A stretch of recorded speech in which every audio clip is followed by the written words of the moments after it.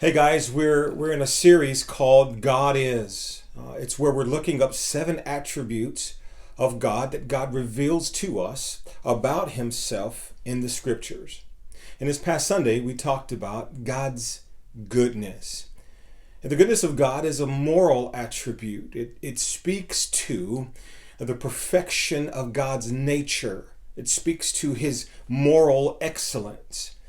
Wayne Grudem, he defined God's goodness this way, quote, "The goodness of God means that God is the final standard of good and that all that God is and does is worthy of approval." Sometime over the next few days, I encourage you to read and to meditate on 3 different verses. The first one is Psalm 119:68, and that simply says, "You are good and do good." The second one is Psalm 31:19, and that says, "Oh, how abundant is your goodness." And the third one is Psalm 136, verse 1, and it says, "Give thanks to the Lord, for he is good, and his steadfast love endures forever." But not only does it speak to his perfection of nature and his moral excellence, but the goodness of God also speaks about his disposition towards humanity. A.W. Tozer, in his book, Knowledge of the Holy, he said this about God's goodness, quote, "The goodness of God is that which disposes him to be kind, to be cordial, benevolent, and full of goodwill toward men. And he is tender-hearted and of quick sympathy, and by his nature he is inclined to bestow blessedness, and he takes holy pleasure in the happiness of his people." In the Bible, we see God's goodness played out in God's creation. We see it play out in God's deliverance nationally and personally. We also see it play out in God's providential movements in the lives of his people. And the goodness of God is also seen and expressed and experienced in other characteristics of God, such as his love, such as mercy, such as patience and kindness and grace. Let me ask you, how have you experienced the goodness of God in your life? I want you to just take a moment and I want you to just write down 5 ways that you are seeing the goodness of God, where the goodness of God is evident in your life and has been in your life. 5 reasons, write those down. And so at the end of the message last week, I talked about 3 ways that we can respond to the goodness of God.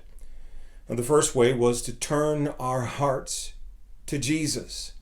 The Apostle Paul in Romans chapter 2, he tells us that the kindness of the Lord is meant to lead us to repentance.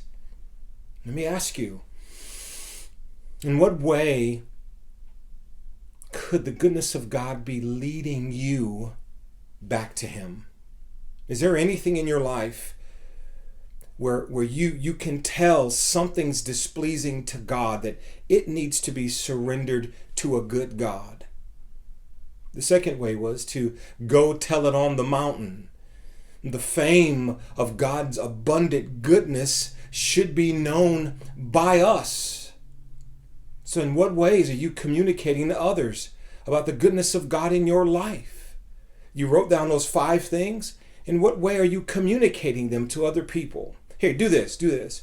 Over the next few days, if you're on any kind of social media platform, Twitter, Facebook, Instagram, whatever, I want you to take those 5 reasons that you wrote down, and I want you to post them and to tell everybody who's watching or following you about the abundant ways that God has made his goodness evident in your life.